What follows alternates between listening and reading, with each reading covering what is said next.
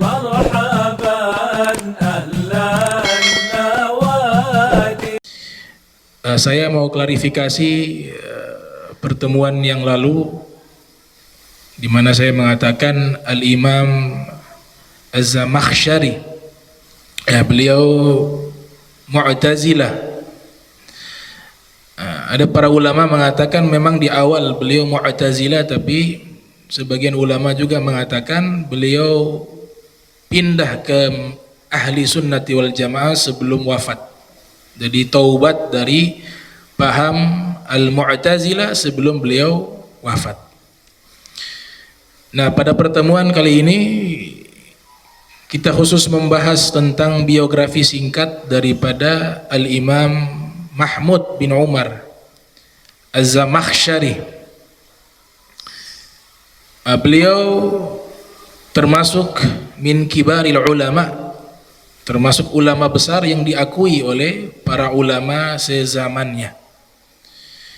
Dan mendengar kisah-kisah kaum solihin sebagaimana sering disampaikan, apalagi kita datang di majlis ilmu yang pertama kali yang Allah berikan kepada kita pengampunan dosa.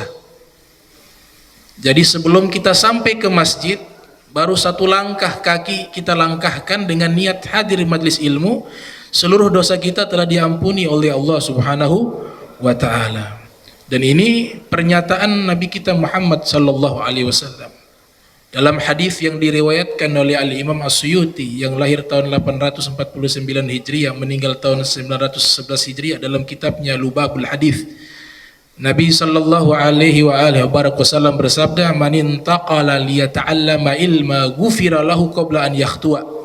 Siapa yang berpindah tempat atau melangkahkan kaki untuk menuntut ilmu, sebelum langkah kakinya ia melangkah, diampuni dosa-dosanya, kata Rasul sallallahu alaihi wasallam. Kemudian ada fadilah besar juga di dalam menghadiri majlis ilmu.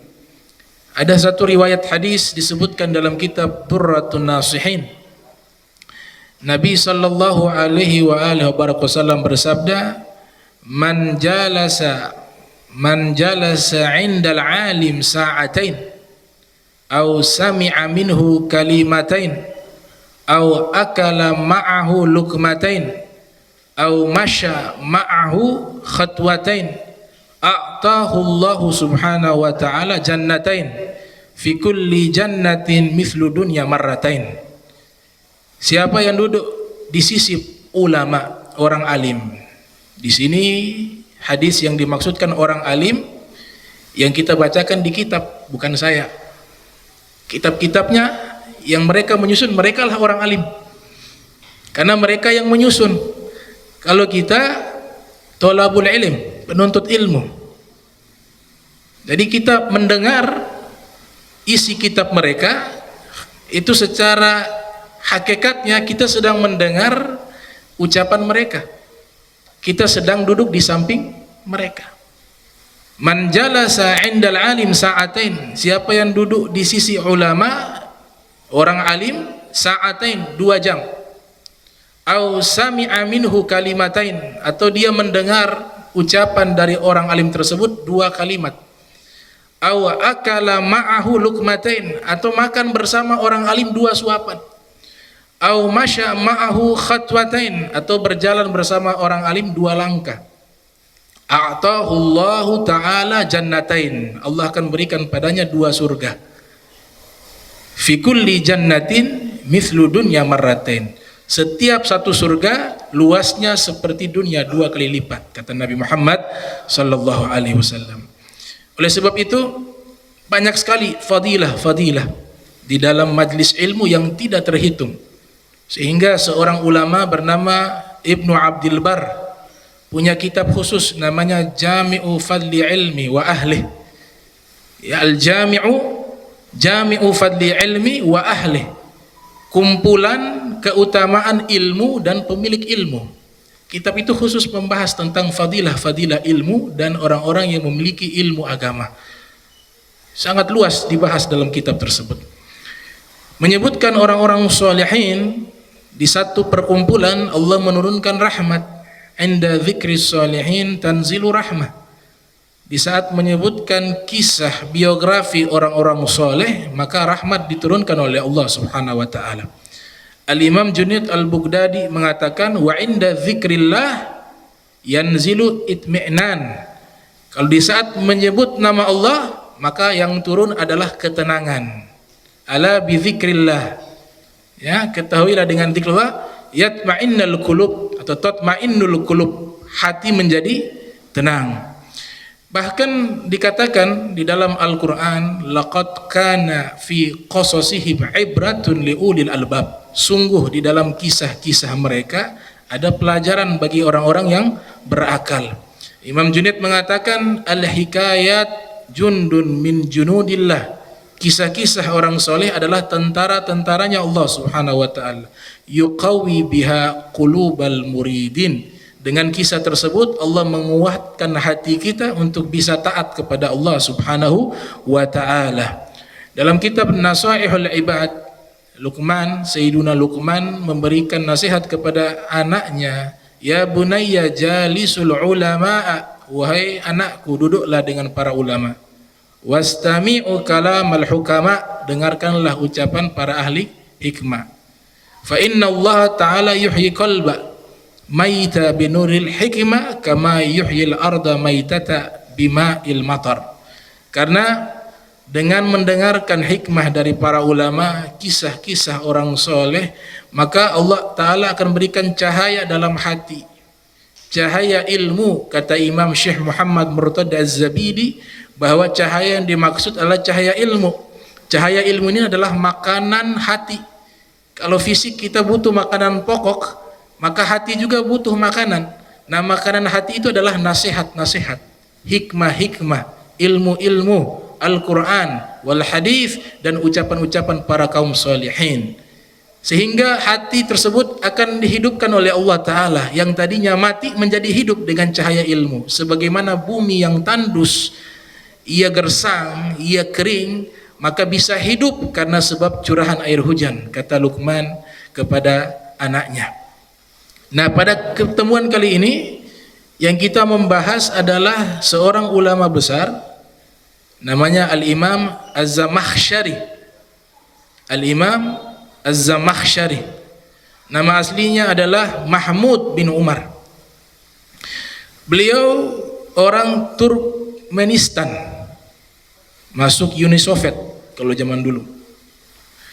Imam Zahabi dinukilkan dari Imam Zahabi dalam kitab Siyaru A'lami Nubala, yang lahir 673 Hijriah, meninggal tahun 748 Hijriah, ketika memberikan komentar tentang Imam Az-Zamakhsyari, beliau mengatakan, al-allamah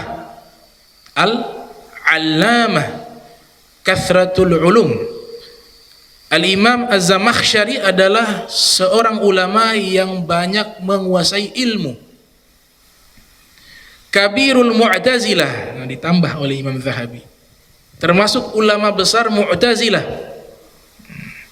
Jadi Mu'tazilah ini ada satu firqah di dalam teologi yang dimana agak menyimpang, seperti menyatakan ada tempat di antara surga dan neraka, dinamakan manzilun baina manzilatain.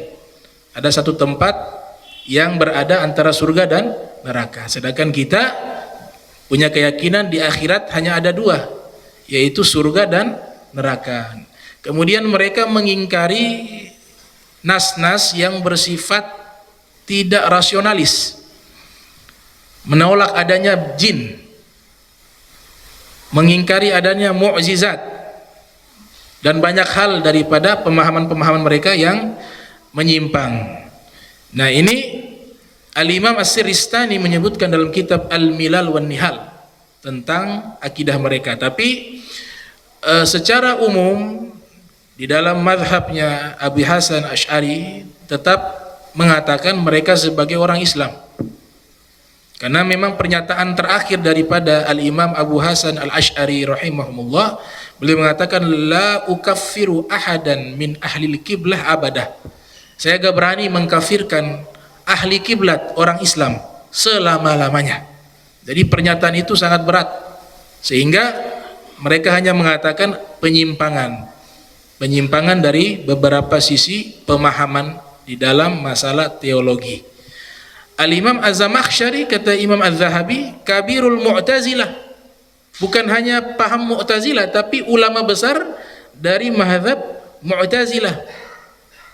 Kemudian beliau katakan An-Nahwiyu, seorang ahli nahu, pakar dalam bidang nahu, dan juga sahibul kasyaf wal mufassil, pemilik kitab tafsir namanya Tafsir Al-Kasyaf, dan juga pemilik kitab Al-Mufassil fi ilmi Arabiyah. Ini komentar Az-Zahabi tentang Al-Imam Az-Zamakhsyari. Jadi luar biasa, walaupun perbedaan secara teologi antara Imam Zahabi dengan Imam Az-Zamakhsyari, tapi secara objektif memuji kelebihan Imam Zamakhsyari. Padahal berbeda, mengatakan orang alim, ahli nahu. Nah, ini sifat yang mulia. Di satu sisi punya kekurangan, tapi jangan lupakan juga kelebihan orang. Gitu. Ada kelebihannya, ada kekurangannya. Yang lebih luar biasa lagi komentar daripada Ibnu Khalkan. Ibnu Khalkan lahir tahun 608 Hijriah, meninggal 681 Hijriah. Punya kitab namanya Wafayatul A'yan wa Anba'u Abna'iz Zaman, tentang biografi para ulama. Ibnu Khilkan ketika memberikan komentar tentang sosok Imam Az-Zamakhsyari, beliau mengatakan Al-Imamul Kabir. Luar biasa.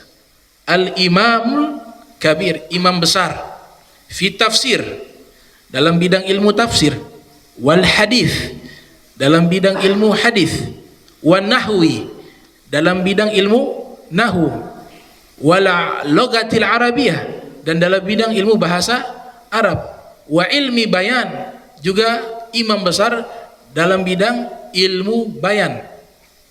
Kana imama asrihi min gairi ma dafa', beliau adalah imam besar di zamannya tanpa ada yang menolak dari para ulama. Jadi para ulama mengakui keilmuan daripada Al-Imam Mahmud bin Umar Az-Zamakhsyari.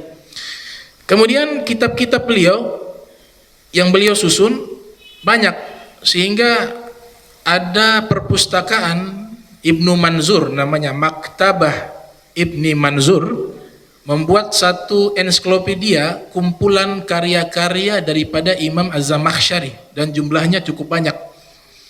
Bahkan disebutkan di antara karya-karya beliau itu mencakup berbagai bidang ilmu agama. Bahkan di luar ilmu agama juga beliau punya kitabnya, kitab tentang geografi. Di antara kitab beliau yang populer ada kitab tentang balaghah, judulnya Asasul Balaghah.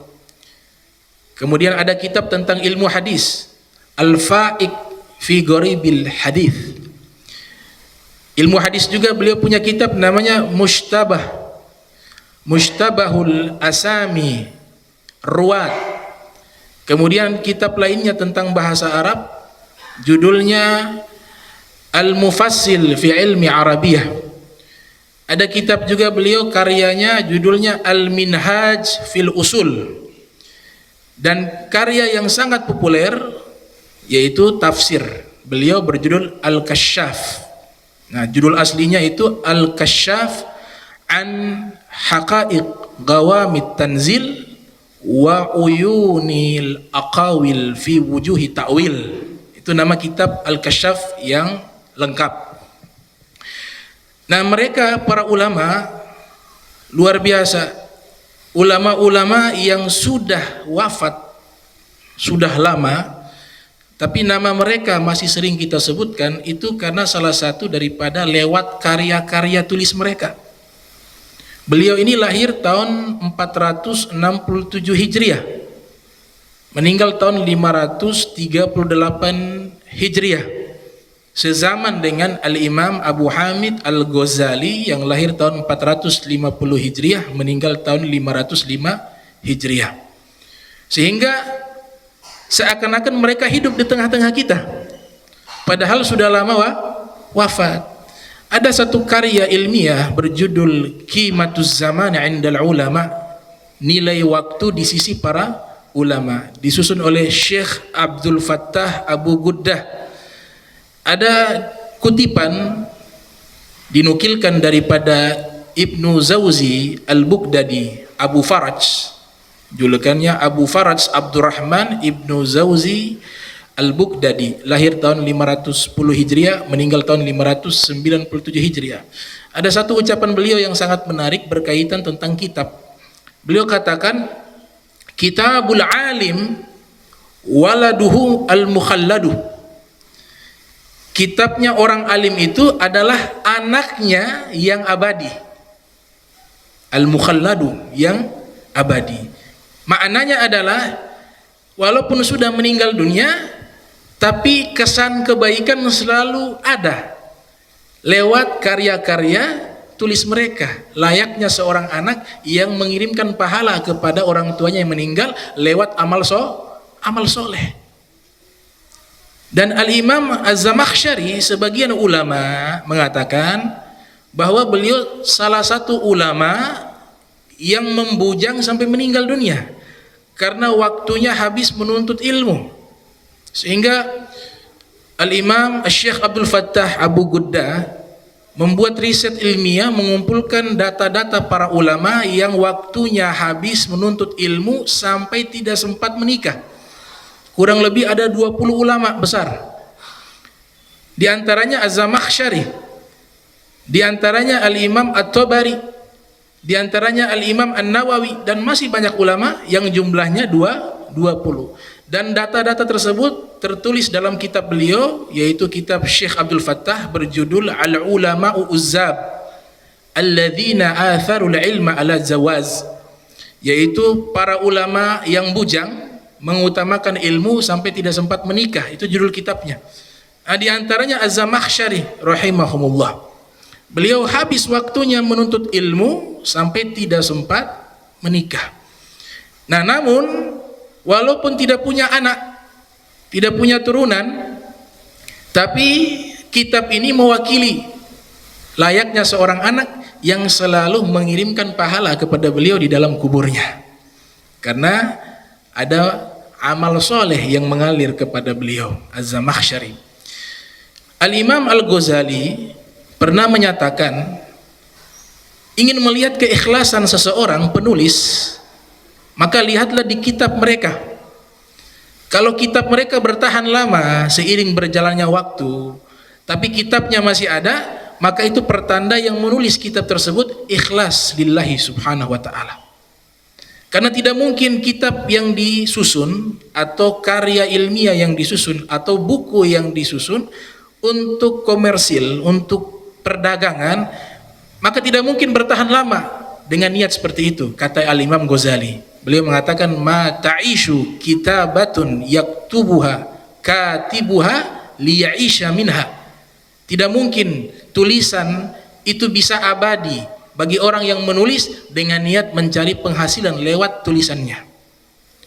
Namun bukan berarti para ulama yang tidak punya karya ilmiah mereka tidak sama hebatnya dengan ulama yang memiliki karya ilmiah. Ada ulama-ulama yang alim, yang soleh, yang berilmu luas, tapi tidak memiliki kitab.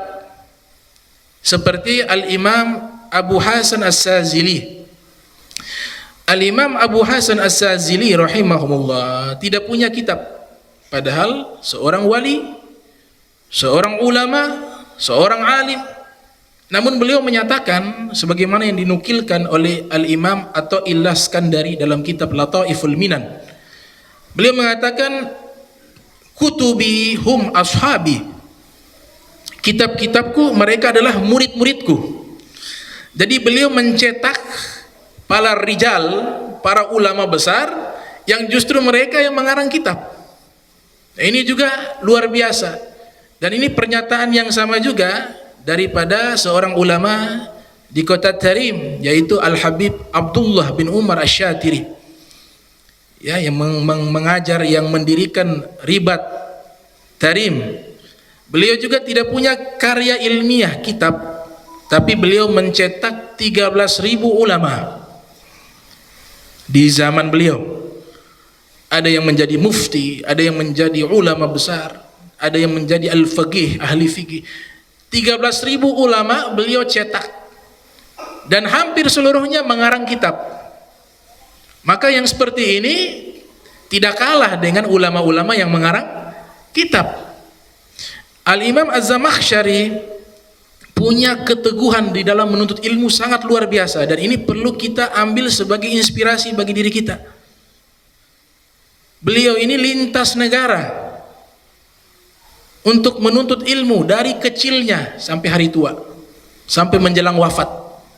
Sehingga Syekh Abdul Fattah Abu Gudda punya kitab judulnya Safahat min Sabril Ulama ala Syada'idil Ilmi wa Tahsil. Lembaran-lembaran daripada para ulama, kesabaran para ulama di dalam sulitnya mereka mencari ilmu dan mendapatkan ilmu. Jadi kitab tersebut menjelaskan tentang kesulitan, kesabaran, kesungguhan para ulama di dalam menuntut ilmu, dan tidak ada yang santai, semuanya dengan air mata, semuanya dengan pengorbanan.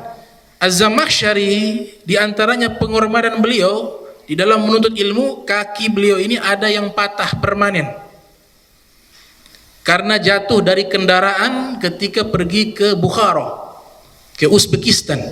Mungkin kecapean, jatuh, kakinya patah.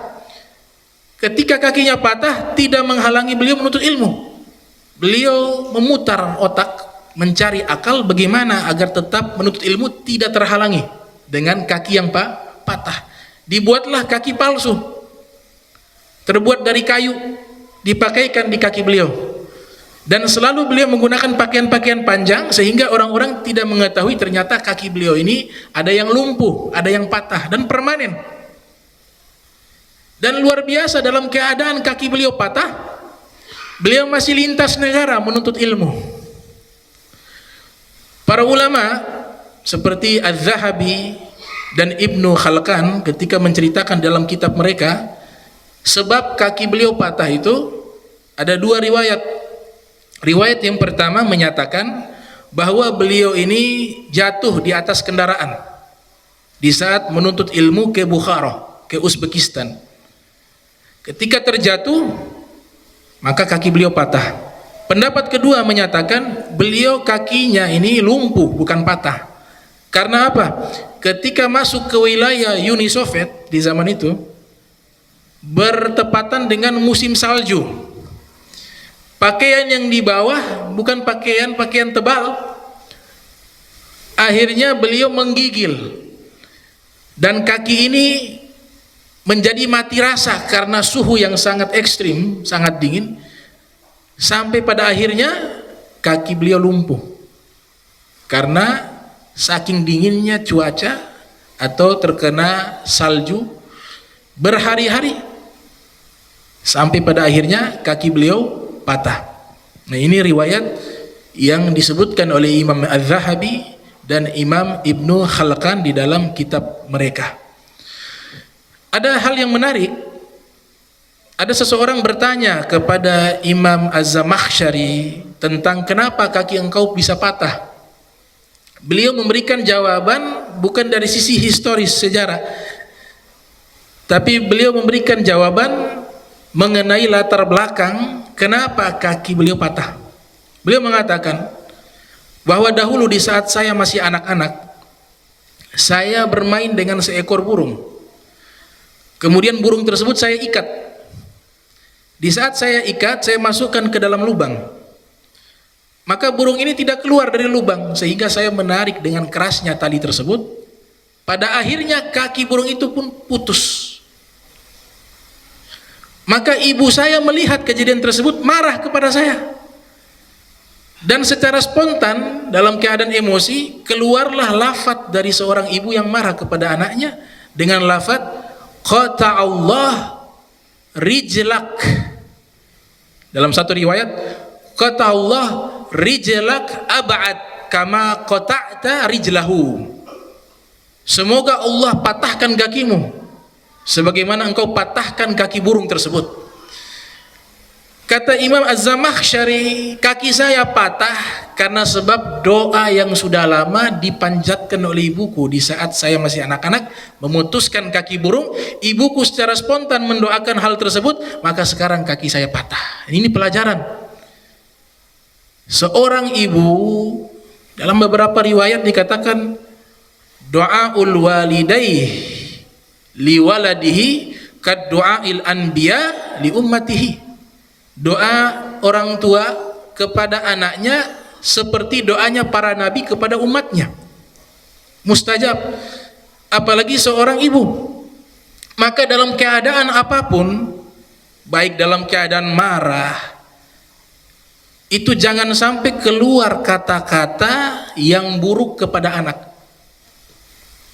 Al-Imam Az-Zamakhsyari menjadi contoh yang real bagaimana doa ibunya terkabulkan di saat beliau sedang menuntut ilmu agama dengan kaki yang patah. Maka tidak boleh lidah seorang ibu mengeluarkan doa-doa, mengeluarkan kata-kata yang buruk kepada anaknya dalam keadaan apapun, karena dikhawatirkan Allah Ta'ala menerima itu sebagai doa, dan Allah terima dan akan Allah kabulkan doa tersebut. Sehingga luar biasa kalau kita pergi ke Tarim Hadramaut, itu pendidikan seperti ini diajarkan sejak kecil oleh para aslafus sholihin. Kalau kita ketemu orang-orang yang ada di Tarim khususnya, kalau mereka marah, semarah apapun mereka, tidak pernah keluar doa-doa yang buruk. Yang keluar adalah doa yang baik. Allahu yahdik, semoga Allah memberikan petunjuk padamu. Itu lagi emosi, keluar doa Allahu yahdik, Allahu yaghfirulak, Allah memberikan hidayah kepadamu, semoga Allah mengampuni dosamu. Itu lafaz-lafaz yang keluar dari orang-orang Tarim ketika lagi emosi. Kenapa demikian? Ini pendidikan dari para ulama yang ada, agar jangan sampai terbiasa lidah kita keluar mendoakan doa-doa yang tidak baik. Karena dalam satu riwayat Nabi kita Muhammad sallallahu alaihi wasallam, sebagaimana diriwayatkan oleh Imam Nawawi yang lahir 631 Hijriah meninggal 676 Hijriah dalam kitabnya Al-Azkar An-Nawawiyah, atau kama qala Nabi sallallahu alaihi wasallam, ma min muslimin yad'u li akhihi bi dhahril ghaib illa qala al-malak. Tidaklah seorang muslim mendoakan saudaranya yang jauh, melainkan malaikat akan berdoa kepadanya. Walaka bimithli, engkau juga dapat doa yang sama, kata malaikat. Maka oleh sebab itu, seorang ibu harus pandai menjaga lisannya kepada anaknya. Ada kejadian nyata di luar pembahasan kitab di Singapura, real story, kejadian nyata. Jadi waktu itu ada seorang anak kecil diasuh oleh seorang ibu. Anak kecil ini dia nakal, akhirnya dia menjatuhkan guci kesayangan ibunya, guci. Maka guci itu pun pecah. Sang ibu pada waktu itu marah dan mengatakan, semoga Allah pecahkan engkau sebagaimana engkau pecahkan guci ini. Mereka ada beberapa saudara, waktu berjalan sudah dewasa, tumbuh dewasa. Ternyata di antara seluruh saudara-saudaranya, anak yang paling baik kepada ibunya adalah anak yang kecilnya nakal, sehingga diberikan rumah, menjadi pengusaha sukses di Singapura. Diberikan rumah oleh ibunya, dia menikah, dia bawa istrinya ke rumah ibunya, dia merawat ibunya. Anak-anak yang lain sudah meninggalkan orang tuanya, hanya beliau sendiri saja yang menjaga ibunya. Pada satu ketika ada proyek di Singapura, maka anak tersebut berangkat ke Singapura. Ini ceritanya, mereka tinggalnya di Indonesia, tapi anaknya ini kerjanya di Singapura. Sampai ke Singapura, dia mengurus satu proyek dengan alat-alat berat. Ada pembangunan gedung besar di Singapura. Kemudian di atas itu ada semacam mobil, namanya apa? Tren itu. Di atasnya itu sudah diangkat besi-besi yang besar. Maka sang anak ini, dia persis berada di bawah besi tersebut. Tiba-tiba putus itu, jatuh tepat di atas kepalanya, hancur, dagingnya berserakan kemana-mana, tulangnya berserakan kemana-mana. Maka berita ini sampai kepada ibunya. Maka sang ibu menangis, karena anak ini anak baik. Maka sang ibu teringat tentang doanya beberapa puluh tahun yang lalu, yang menyatakan bahwa semoga engkau akan hancur sebagaimana guci ini hancur, dan itu terwujud. Nah itu karena apa? Karena lisannya ibu itu seperti doanya para nabi. Oleh sebab itu digunakan baik-baik lisan seorang ibu kepada anaknya. Nah, kita kembali kepada Al-Imam Az-Zamakhsyari. Al-Imam Az-Zamakhsyari, beliau disebutkan bahwa bertaubat di saat menikah. Jadi ada dua pendapat. Pendapat yang pertama, beliau tidak menikah sama sekali sampai meninggal, tapi dalam kitab Tadhkirun Nas menyatakan beliau menikah. Ini kitab Tadhkirun Nas disusun oleh Al-Habib Ahmad bin Hasan Al-Attas. Jadi waktu menikah malam pertama, sudah selesai pernikahan, maka malam pertama dengan istrinya. Sang istri ini berakidah ahli sunnati wal jamaah, sedangkan suaminya beliau tahu berakidah mu'tazilah. Di antara pemahaman mu'tazilah, yakni memiliki keyakinan bahwa seluruh perbuatan yang kita lakukan ketika hidup di dunia seluruhnya berasal dari diri kita sendiri, bukan dari Allah. Tapi kalau kita akidah ahli sunnati wal jamaah, Asy'ariyah wal Maturidiyah wa Thahawiyah menyatakan bahwa seluruh perbuatan kita ini Allah yang mengatur. Namun berbeda dengan Jabariyah, fatalism, yang menyatakan 100% mutlak Allah yang mengatur sehingga tidak perlu usaha. Maka ini juga menyimpang dan juga kontradiksi dengan Qadiriyah yang menyatakan 100% perbuatan usaha dari diri kita sendiri, bukan dari Allah. Itu juga menyimpang, sehingga ahli sunnah letaknya di tengah-tengah. Walaupun perbuatan kita telah diatur oleh Allah, namun tidak boleh meninggalkan ikhtiar. Itu yang diajarkan oleh para ulama, sehingga ada kitab namanya Al-Barakah fi Sa'yi wal Harakah, keberkahan di dalam usaha dan gerak. Ulama ahli sunnah wal jamaah mengarang kitab khusus tentang masalah gerak dan juga masalah berusaha. Maka di malam pertama tersebut terjadi dialog antara Imam Az-Zamakhsyari dengan istrinya. Kata sang istri, wahai suamiku, mohon maaf, memang redaksinya seperti itu dalam kitab Tadhkirun Nas.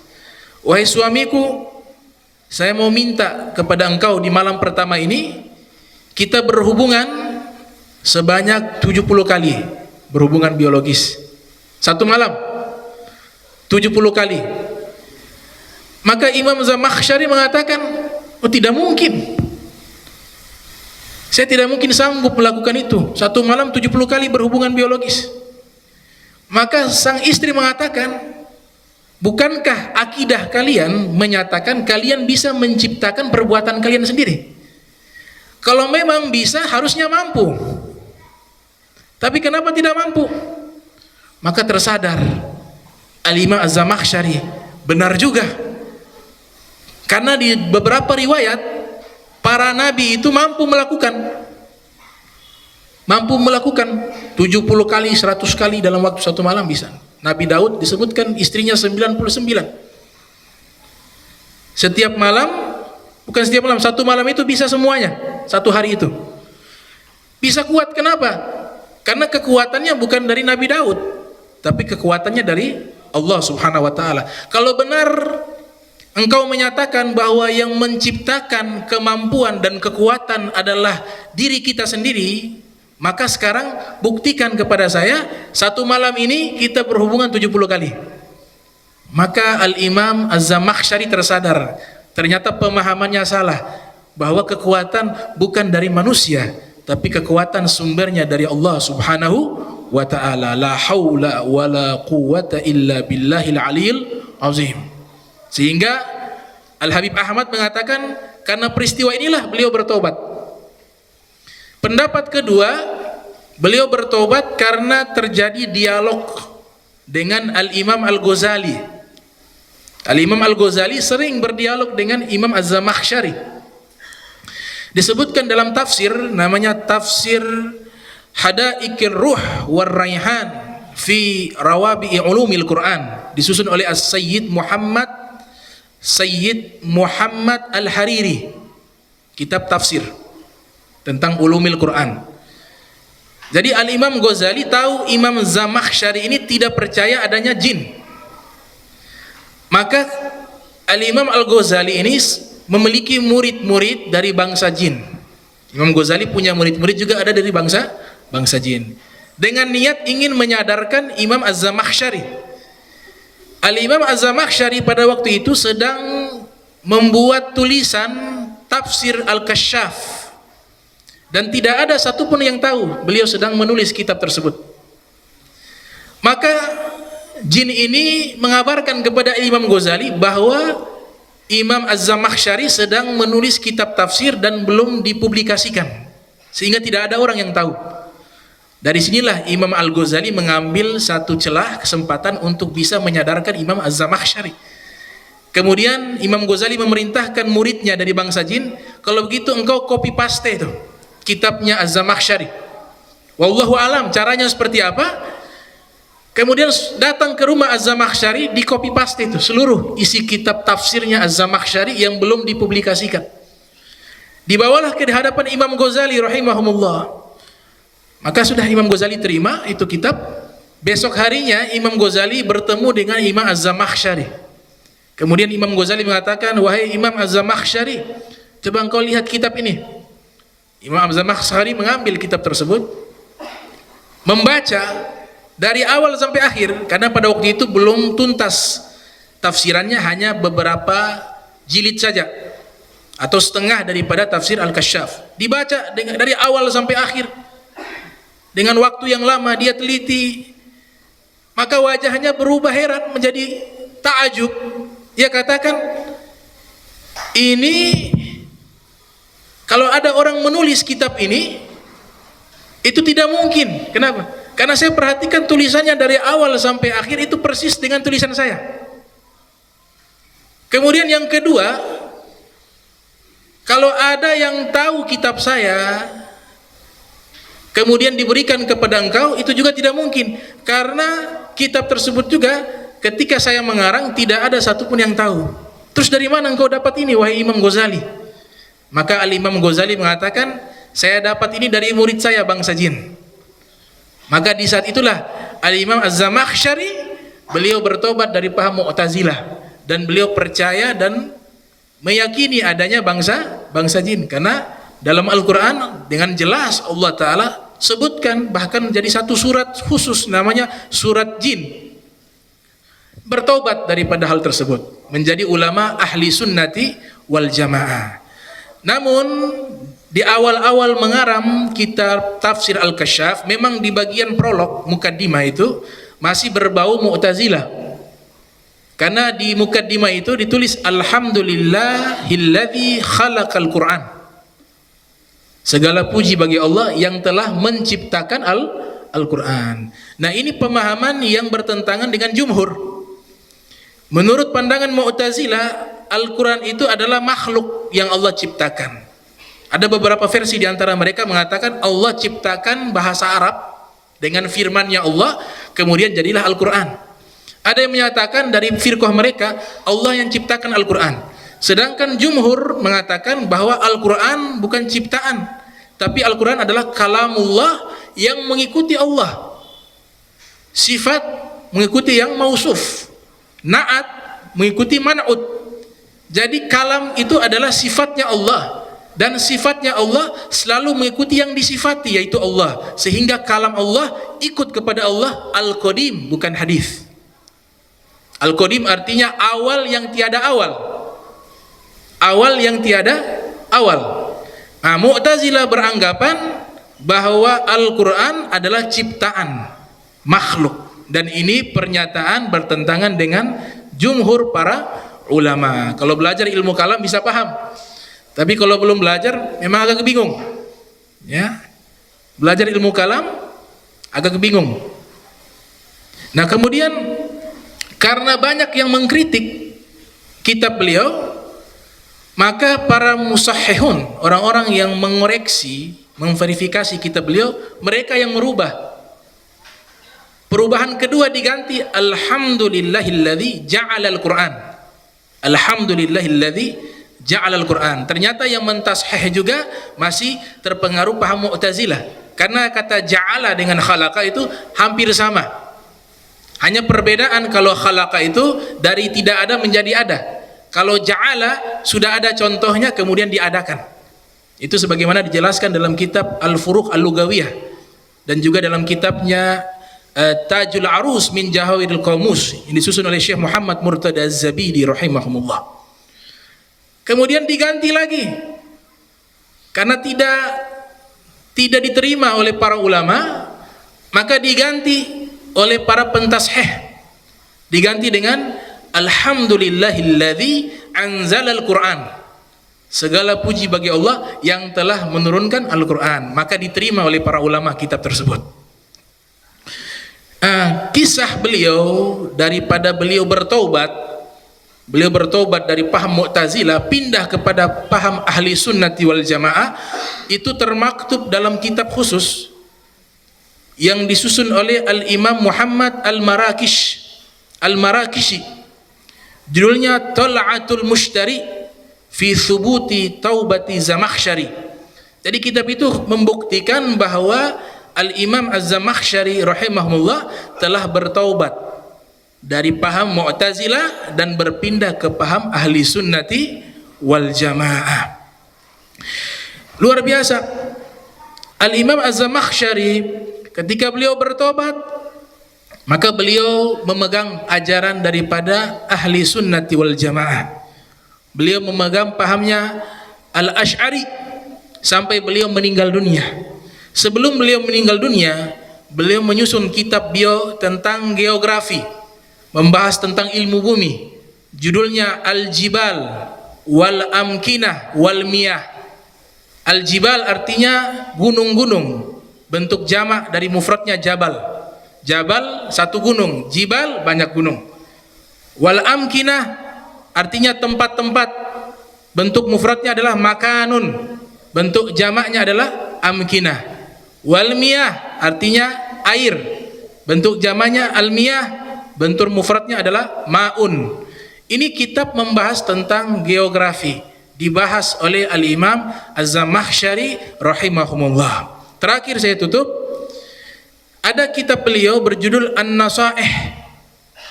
An-Nasaih berisikan tentang nasihat-nasihat dari beliau, dan beliau memiliki nasihat-nasihat yang juga sangat baik.